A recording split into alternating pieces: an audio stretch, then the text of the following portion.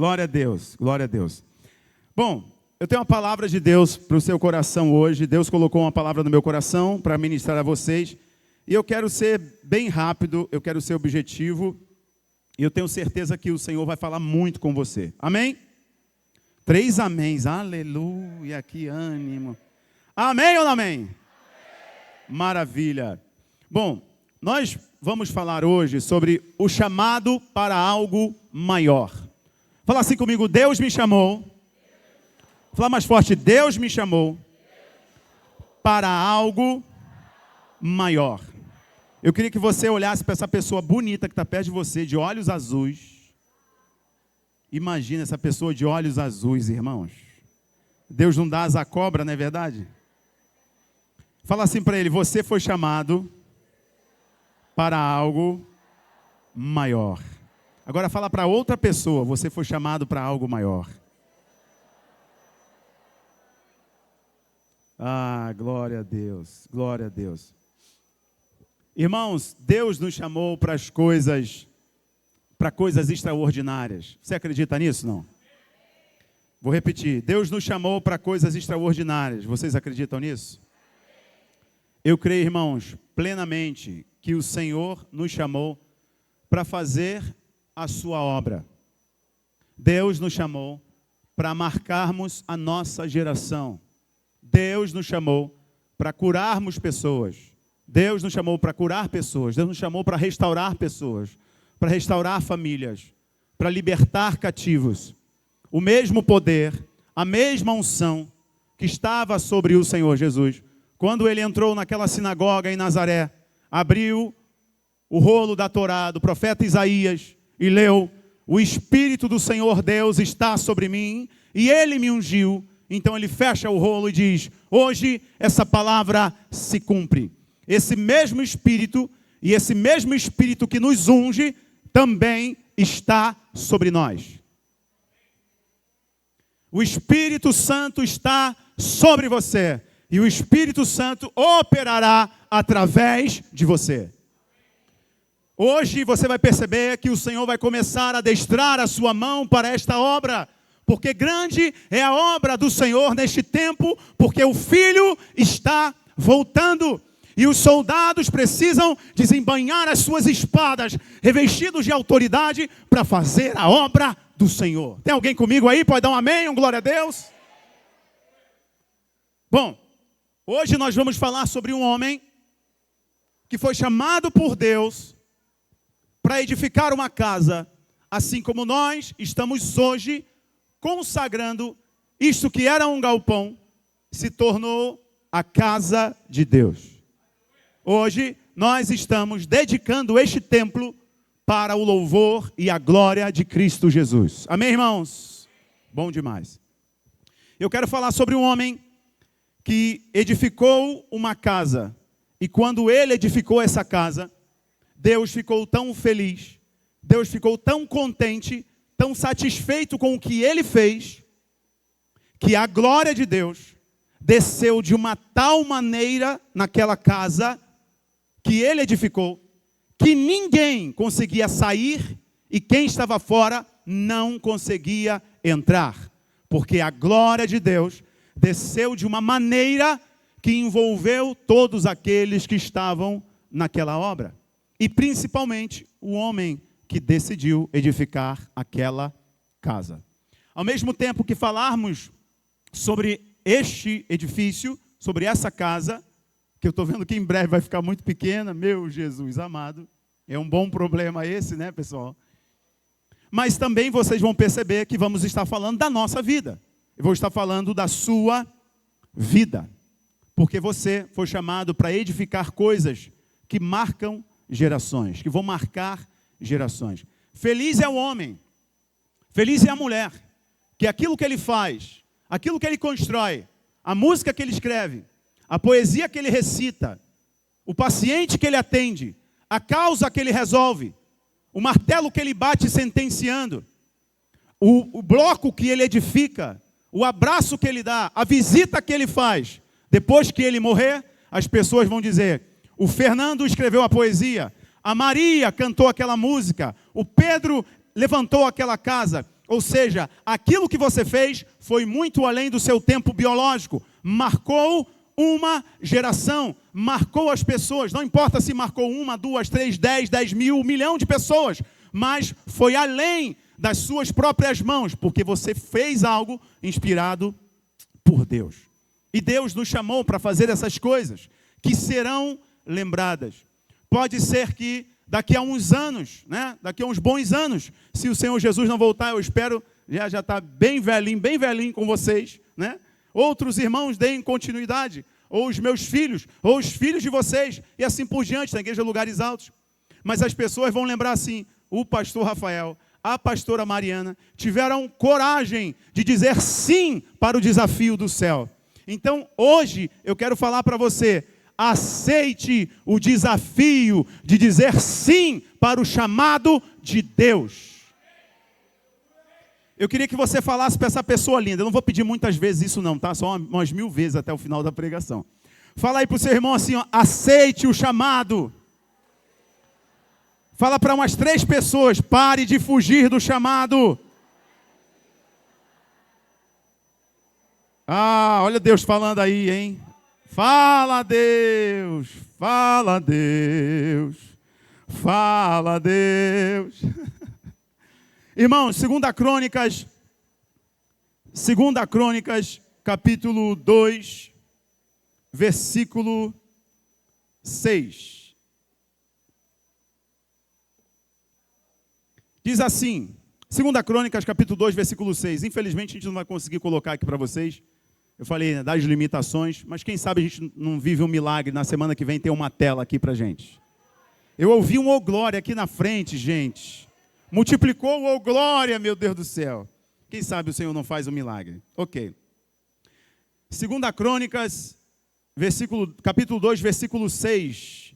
Diz assim, entretanto, quem pode construir-lhe uma casa, considerando que nem os céus dos céus podem contê-lo?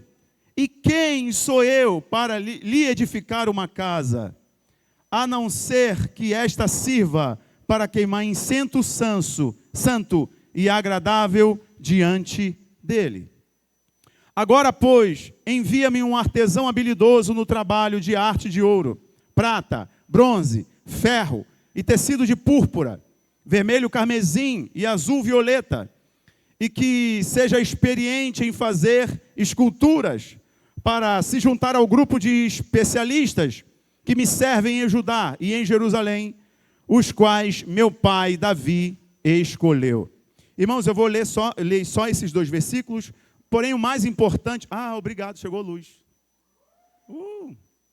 Porém o mais importante é o versículo 6, que diz assim, mas quem sou eu para lhe edificar uma casa?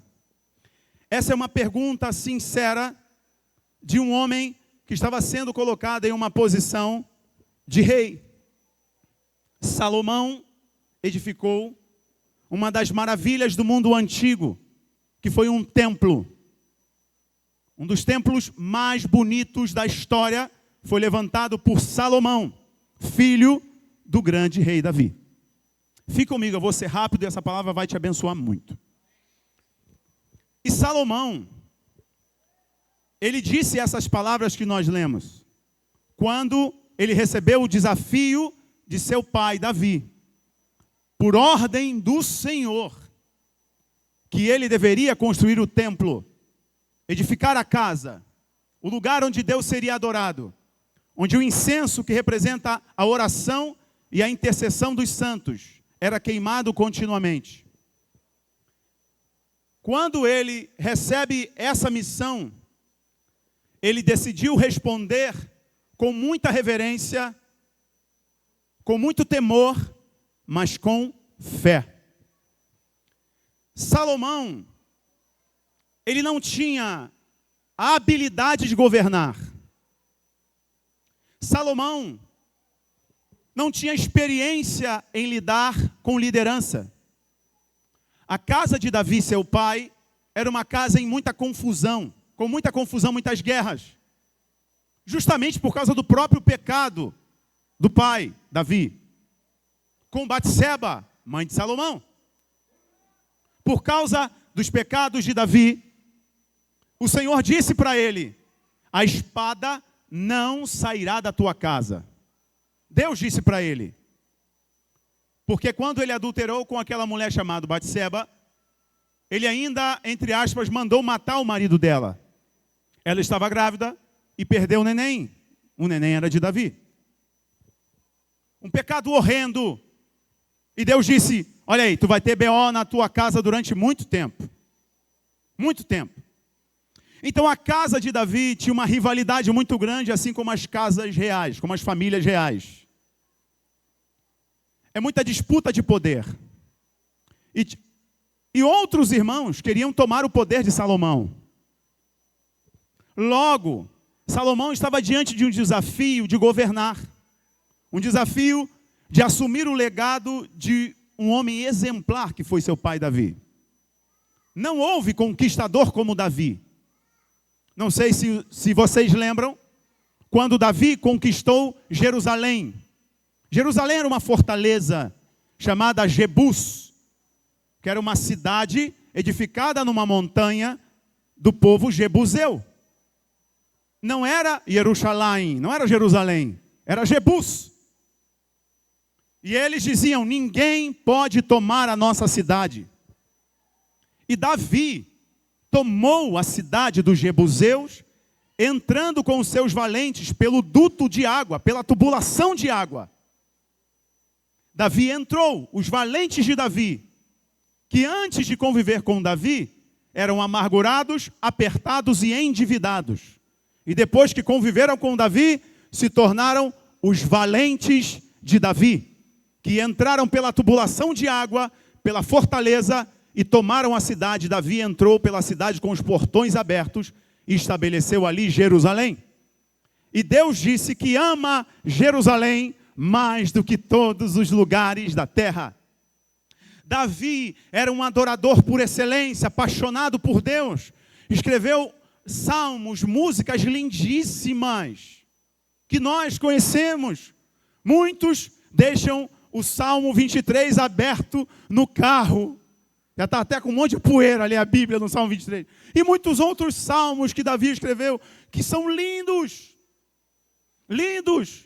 Davi deixou um legado militar. Davi deixou um legado estrutural de edificações.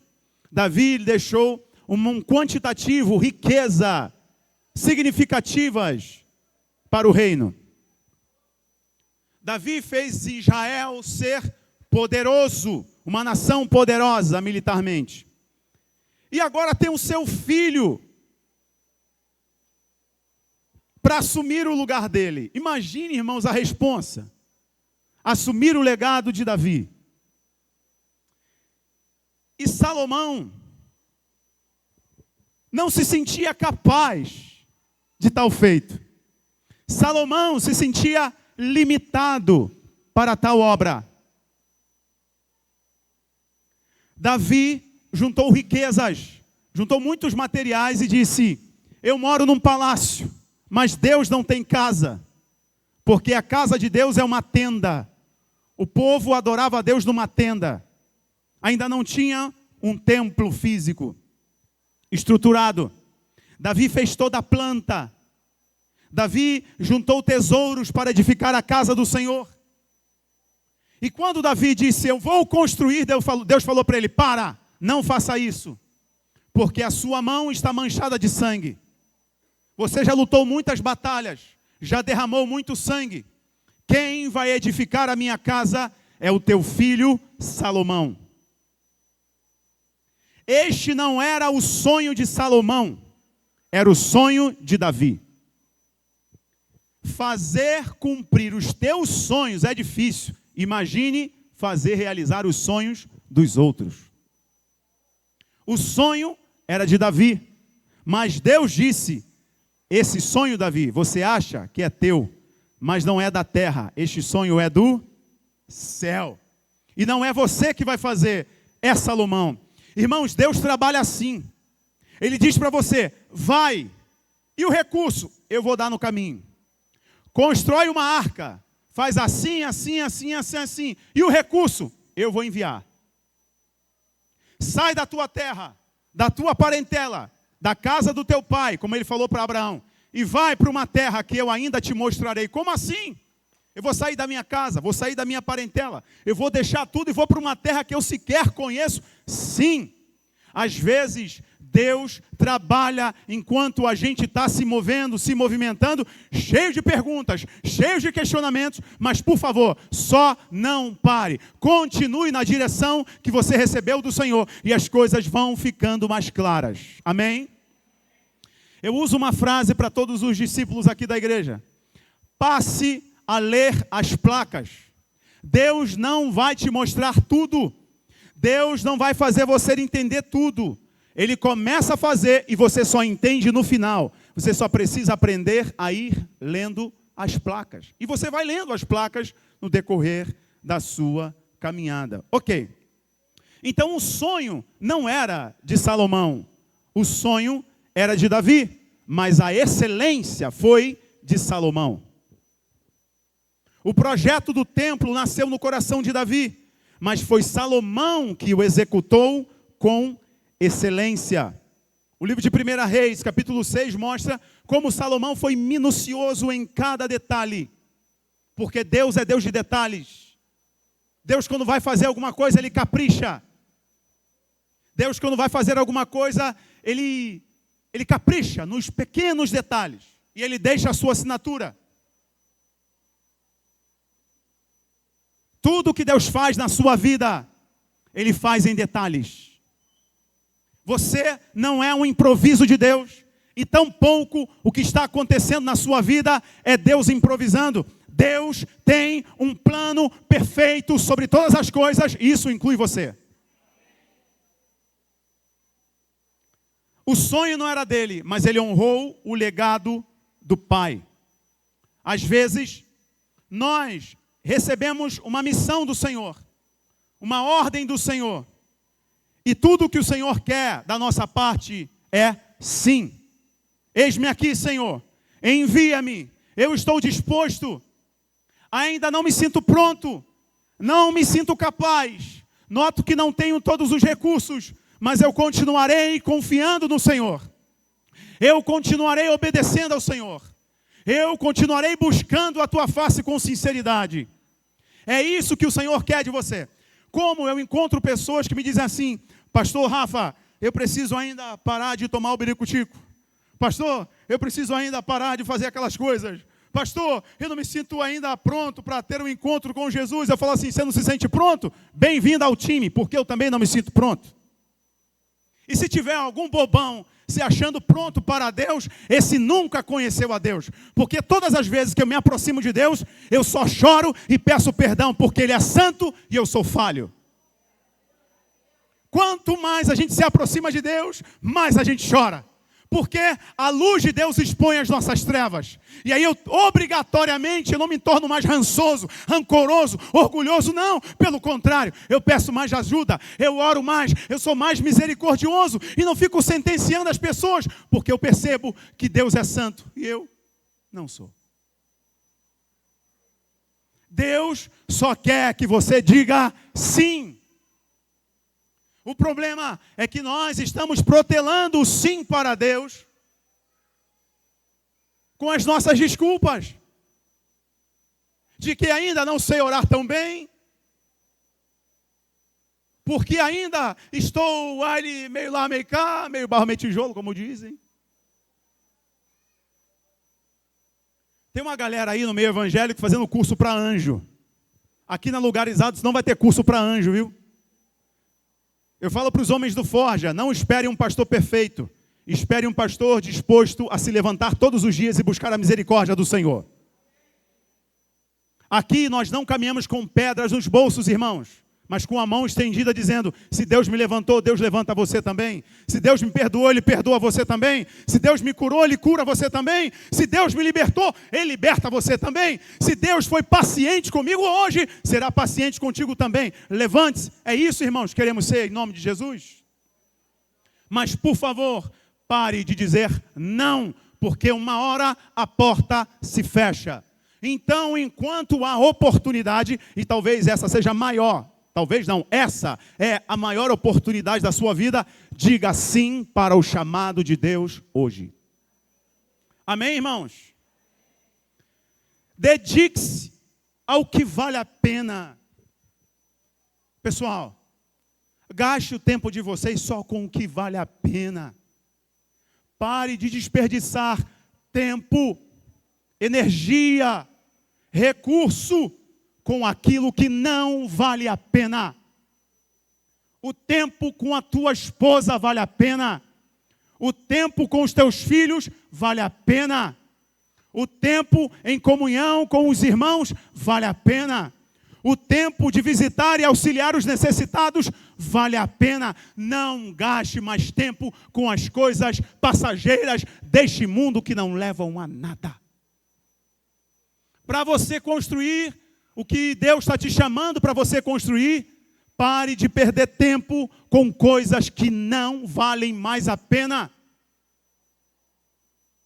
Digo uma coisa para vocês, os amigos do álcool não valem a pena.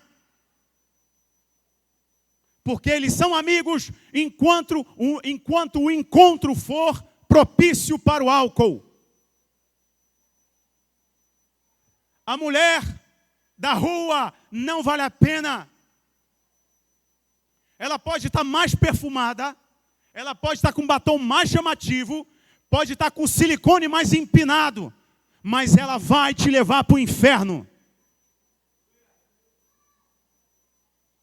O homem do teu trabalho que não é teu, não vale a pena. O teu marido vale a pena, que te sustenta, que ama os teus filhos, que honra você. Ele pode estar, não pode estar no fino da bola, ou ele pode estar com uma bolinha na barriga.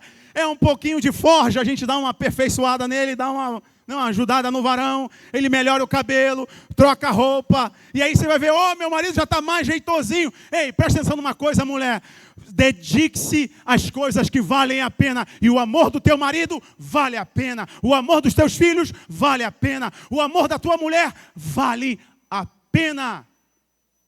Para você edificar uma casa para Deus, construir algo para Deus, algo que marque gerações, pare de perder tempo com aquilo que não vale a pena. Me ajuda agora, por favor. Olha aí para os olhos azuis que vai te pagar o jantar depois do culto. Olha aí para ele.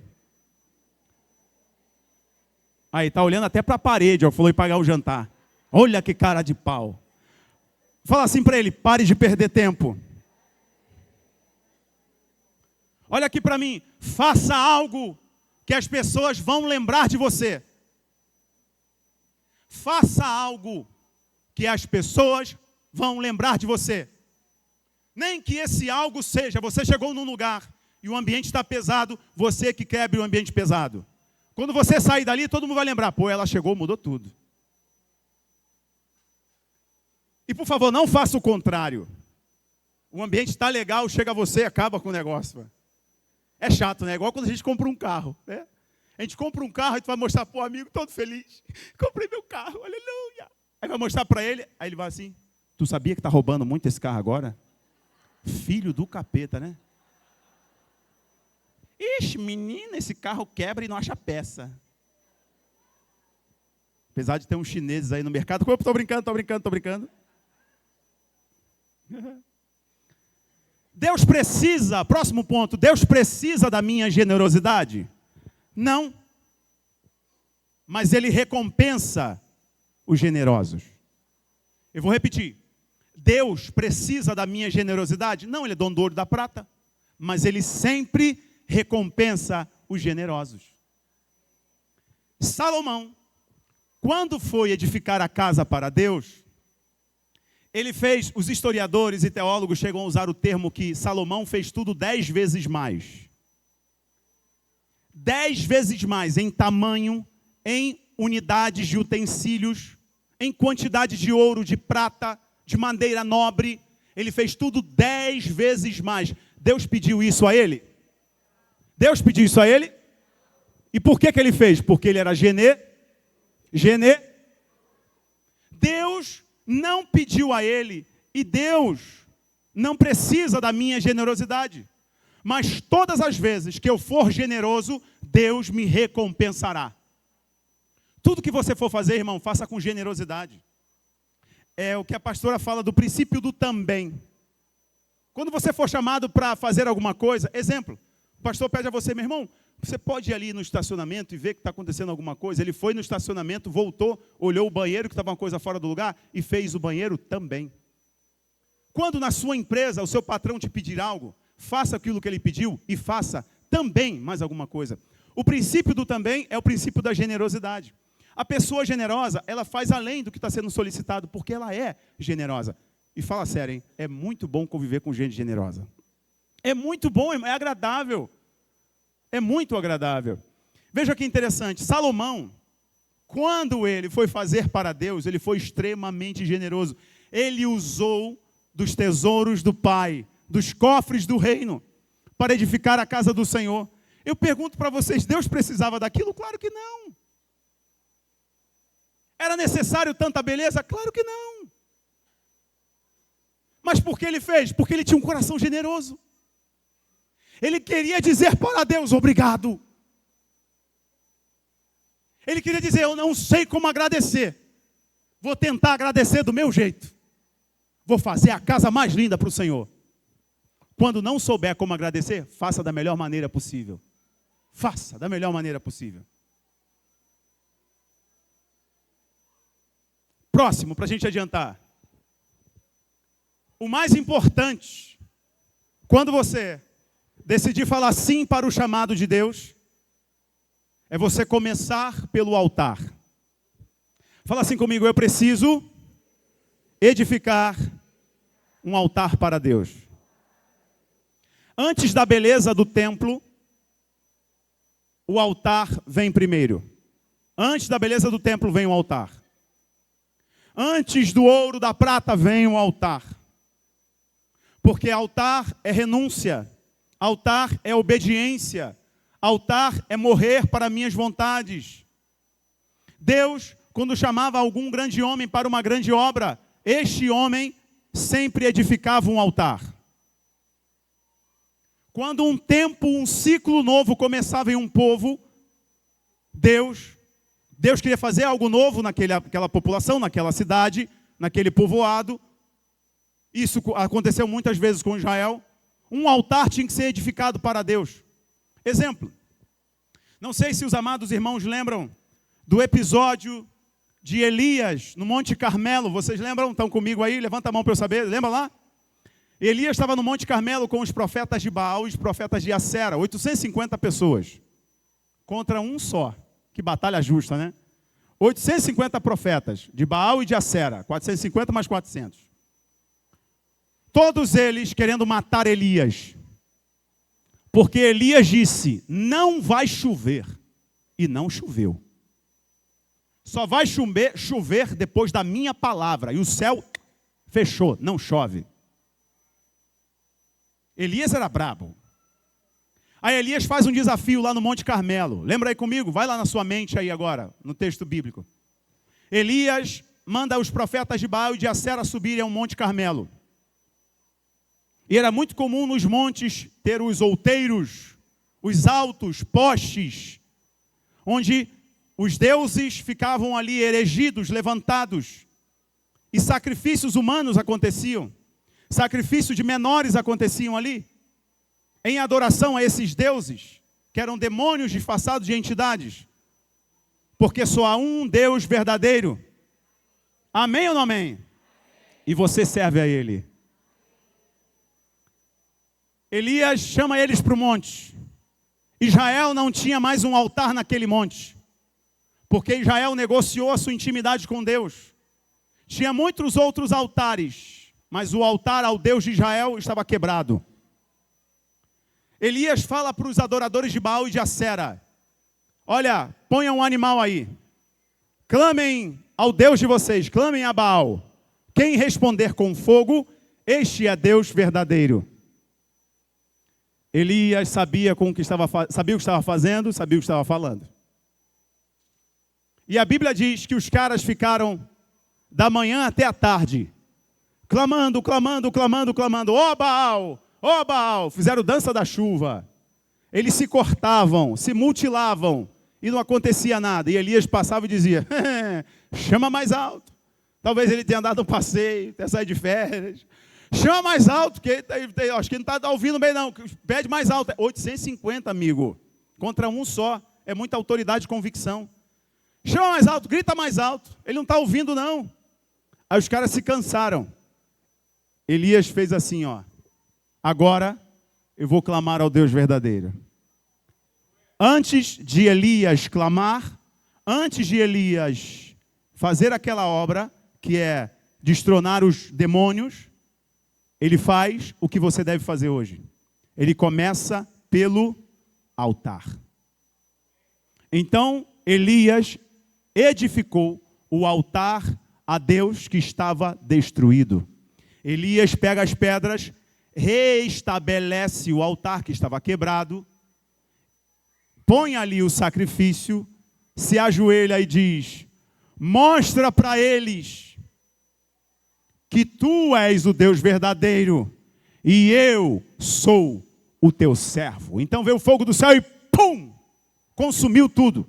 Consumiu o animal, a água, as pedras, não sobrou nada. Lambeu tudo. Quem venceu o desafio? Elias. Por quê?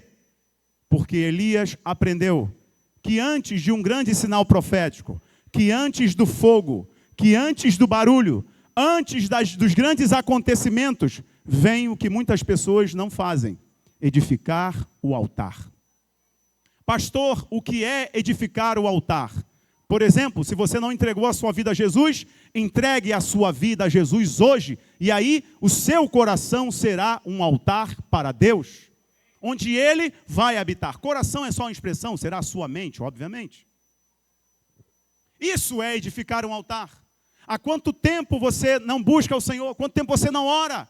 Há quanto tempo você não medita, não busca o Senhor na palavra? Isso é se santificar, se separar. Isso é edificar o altar.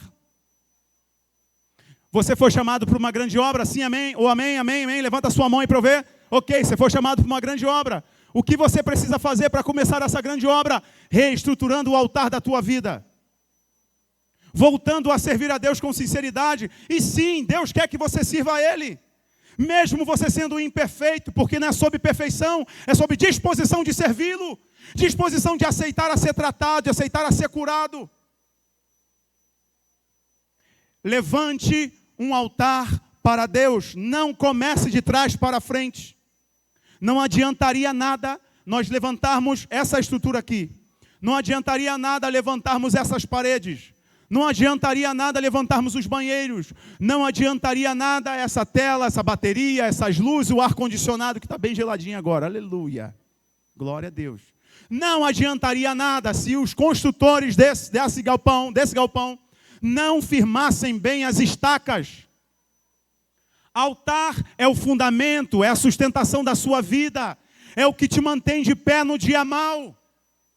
É quando todo mundo está achando, ele não vai aguentar. É quando o vizinho diz assim, rapaz, lascou, ela agora desaba. E você permanece firme, porque a sua vida está no altar.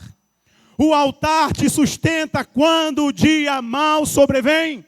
O altar te sustenta quando ninguém sabe, ninguém vê o que está acontecendo com você. Aí é o altar te sustentando. Não adiantaria nada Salomão tentar fazer algo suntuoso, glorioso, se não começasse pelo altar. Porque Salomão começou do jeito certo, Deus manifestou a sua glória. Depois de você edificar, você dizer sim para Deus, depois de você edificar o altar, aguarde a unção e a glória de Deus. Aguarde um novo nível de unção na sua vida. Aguarde um novo nível de sensibilidade espiritual. Aguarde um novo visitar do Espírito Santo. Prepare-se para ter visões espirituais. Prepare-se para começar a ver o que você não via. Prepare-se para começar a perceber o Espírito Santo agindo. Prepare-se para começar a ver os anjos do Senhor. Prepare-se para começar a salvar os perdidos. Prepare-se para quando você conversar com alguém, essa pessoa pedir oração, o Espírito Santo dar o nome, o Espírito Santo falar, é isso, isso, isso. Prepare-se, porque se tem sim ao Senhor, se tem altar edificado, agora vem a glória de Deus, vem a Shekinah. O que aconteceu com Salomão? E aqui fica interessante, a gente para. Salomão, quando edificou a casa para Deus, com o seu coração generoso, mesmo não se sentindo capaz, ele disse sim. Foi lá e fez. É tudo que você precisa sair daqui dizendo: sim, eu vou lá e vou fazer, porque Deus me chamou. Depois que Salomão edifica a casa, meus irmãos, a Bíblia diz que num belo dia, quando eles estavam cantando sobre a glória de Deus, eu não tenho a mínima noção do que eles cantavam, mas como nós estávamos aqui cantando, a Ele a glória, a Ele a glória, a Ele a glória, para sempre, amém. Imagine a gente levantando as mãos e daqui a pouco vem aquela fumaça espessa, que você não consegue sequer enxergar um palmo à sua frente. Um palmo à frente do seu nariz. Porque quando a gente entra na presença de Deus, a gente nunca mais sai do mesmo jeito. Você se perde na presença de Deus para encontrar o caminho da eternidade, que é Cristo. Estão comigo aí, igreja? Estão comigo? Então imagina aquele dia, tudo pronto, chegou o dia, assim como nós aqui, ó. Tem irmãos aqui que foram tomar banho 5 horas da tarde. Eu fui tomar banho 5h15. E voltei, taquei perfume, porque o banho não foi lá muito bom, né? Vai ser tão rápido assim. E sentir a glória de Deus aqui, perceber a glória de Deus, perceber a unção de Deus. Depois do altar, prepare-se para a unção. Sabe o que faz a diferença na nossa vida? É a unção. A diferença não é feita pela minha retórica. A diferença não é feita pela minha expressividade nas redes sociais. A diferença não é feita pela minha voz. A diferença não é feita pela voz de ninguém, pela retórica de ninguém. A diferença só é feita por aquilo que quebra o jugo, que é a unção. Pastor, o que é unção? O que é uma pessoa ungida? Unção não é dar um telefone sem fio.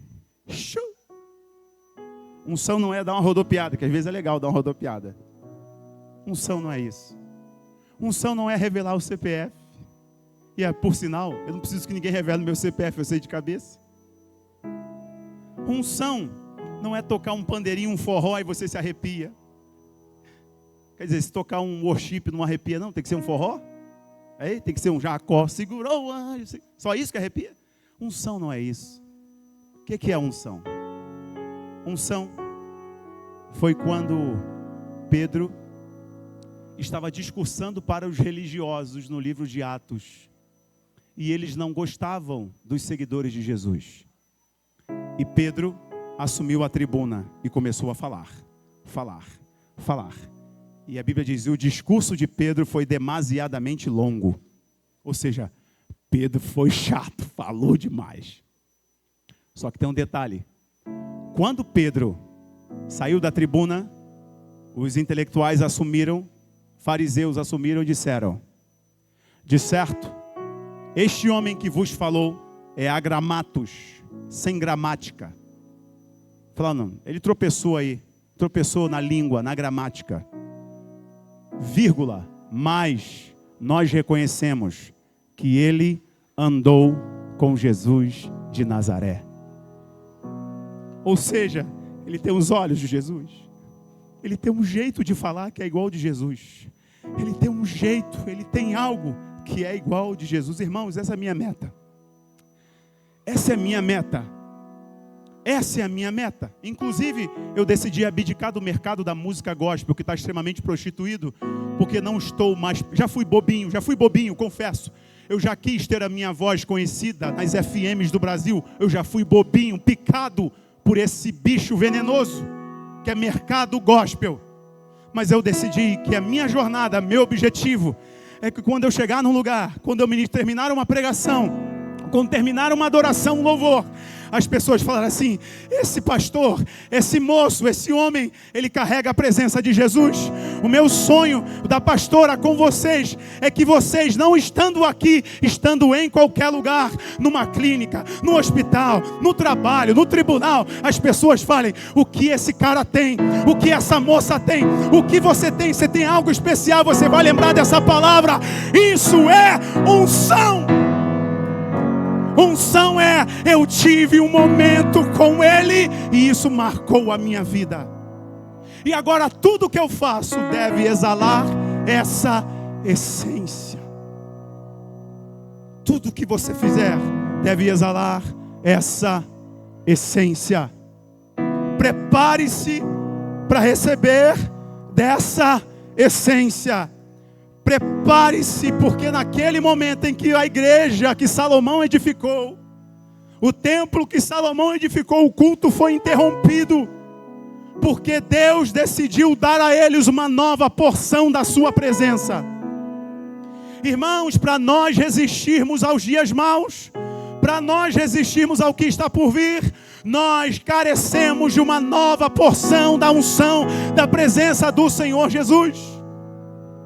Nós não precisamos de mais uma igreja, nós não precisamos de mais um cantor, nós não precisamos de mais um pregador, nós precisamos de homens e mulheres, cantores, pregadores ou não, mas cheios da unção do Espírito Santo de Deus. Quem concorda comigo, levanta a sua mão aí, dá um glória a Deus, um aleluia.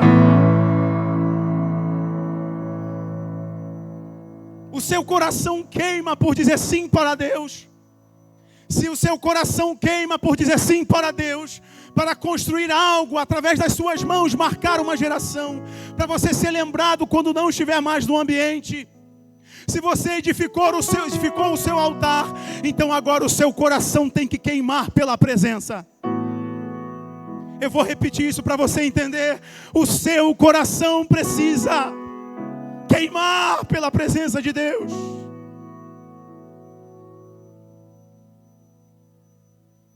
Eu te pergunto, como está o seu nível de paixão por Jesus? Porque paixão é intensidade. Como está o seu nível de amor por Jesus? Será que esse nível de amor é aquele amor instagramável, como a mulher samaritana em João capítulo 4, que Jesus se revela para ela como um profeta, e ela diz: eu vejo que tu és profeta. Aí ela já muda de assunto: mas os nossos pais adoram nesse monte, você diz que é em Jerusalém. Esse é o amor instagramável. Ele quer ir no culto, postar no Instagram, foi top. É muito mais do que isso. É um encontro e uma semana inteira transpirando desse encontro, porque o teu coração está queimando por ele. Não é só dizer foi bênção, que bom que foi bênção, foi top porque foi top de linha. É muito mais do que isso. É decidir ter o coração queimando por Jesus. Quando o teu coração queima por Jesus, você decide deixar tudo para trás para dizer sim a Ele. Quantos de vocês já deveriam estar voando no chamado, voando no propósito, voando no ministério de vocês, mas estão estacionados porque o coração não queima mais pelo Senhor? Onde estão os missionários cujo coração queime pelo Senhor? Onde estão as professoras cujo coração queime pelo Senhor? Deixe o teu coração queimar por Jesus, porque eu vos digo, é grande a obra que o Senhor vai colocar e tem colocado nas mãos de vocês. Eu só ouvi 3 pessoas falando amém, eu vou repetir. Queime o teu coração outra vez, porque grande é a obra do Senhor na vida de vocês. E esse chamado requer, para a gente concluir, esse chamado requer uma decisão. A decisão de deixar tudo para trás que te prendia. Tudo para trás.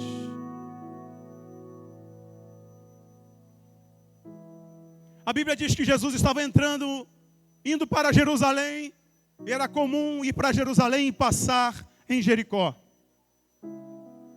E quando Jesus passa por Jericó, tem um homem sentado à beira do caminho, com uma capa que o protegia do frio, mas o identificava como cego. Era um direito legal de esmolar. Era a sua capa. Ela o identificava. Era o modo do judaísmo organizar a coisa na época. E a Bíblia diz, quando ele ouve que Jesus de Nazaré ia passar por ali,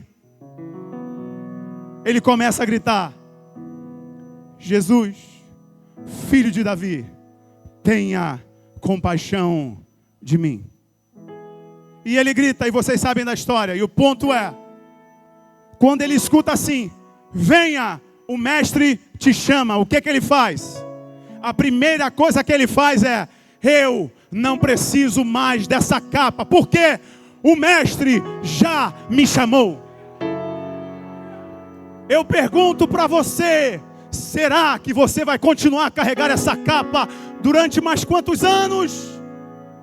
O mestre já te chamou, livre-se dessa capa, porque agora você é livre para cumprir o seu chamado em nome de Jesus. Não tente servir ao Senhor levando capas. Ele não precisava mais de esmolas, porque agora a fonte de toda a vida, de toda a riqueza estava chamando ele. Salomão percebeu que era não tão preparado para a obra, mas decidiu dizer sim. E Deus o recompensou com a sua glória. Deus o recompensou com a sua presença. E essa é a maior recompensa que você sai daqui hoje, creio eu, cheio da presença do Senhor. Assim como na edificação daquela casa, nós hoje queremos declarar que da edificação desta casa, nós veremos a glória do Senhor todos os dias. Está na hora de você dizer sim para o chamado de Deus.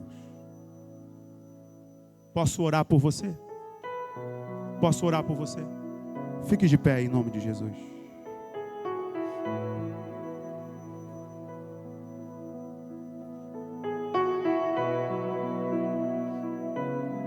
Aleluia.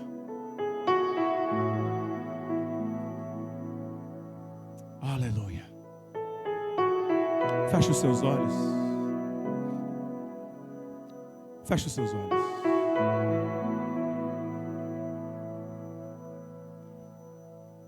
Eu quero cantar uma canção com vocês.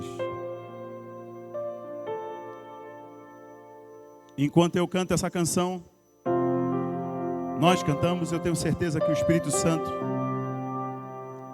vai te ajudar a você dar um passo de fé hoje para dizer sim ao Senhor. Fecha teus olhos. Escute e cantemos juntos. Quando tudo diz que não, sua voz me encoraja a prosseguir.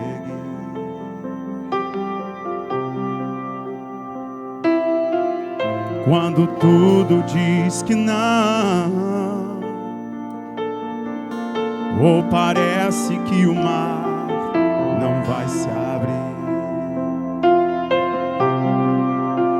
sei que não és, e o que dizes sobre mim não venha em mim e cumpra em mim. O Deus impossível não desistiu de mim. Sua destra me sustenta e me faz prevalecer. O Deus impossível não desistiu de mim. Sua destra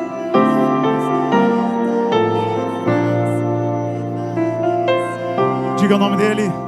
O Deus impossível.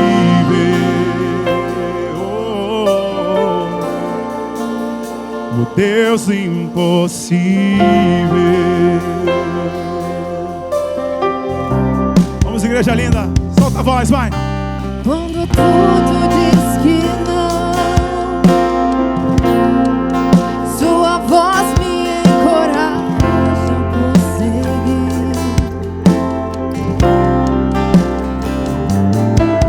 Quando tudo diz que não, ou parece que o mar não vai se abrir, Eu sei que não sou só, e o que dizes sobre mim não pode se frustrar. E venha em meu favor. Pega as suas mãos e diga: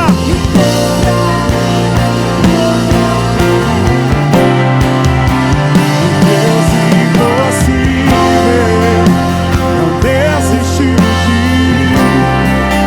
Sua destra me sustenta. Diz aí, vai. Deus impossível,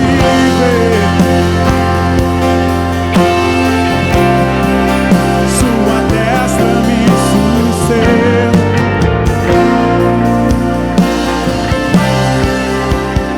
Deus impossível,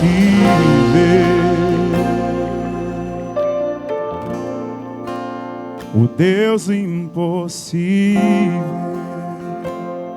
Com seus olhos fechados, põe a mão no seu coração, põe a mão no seu peito assim.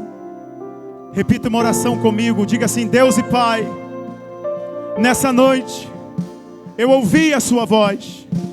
Eu sei que o Senhor falou comigo como nunca antes. E hoje eu digo sim para o Senhor. Senhor Jesus, diga: Senhor Jesus, eu me arrependo dos meus pecados e declaro que Tu és o meu Senhor e o meu Salvador. Senhor Jesus, hoje eu decido entregar a minha vida a Ti. Usa a minha vida para edificar algo, para construir algo. Hoje eu digo sim para o Senhor. Eu oro em nome de Jesus. Amém. E graças a Deus.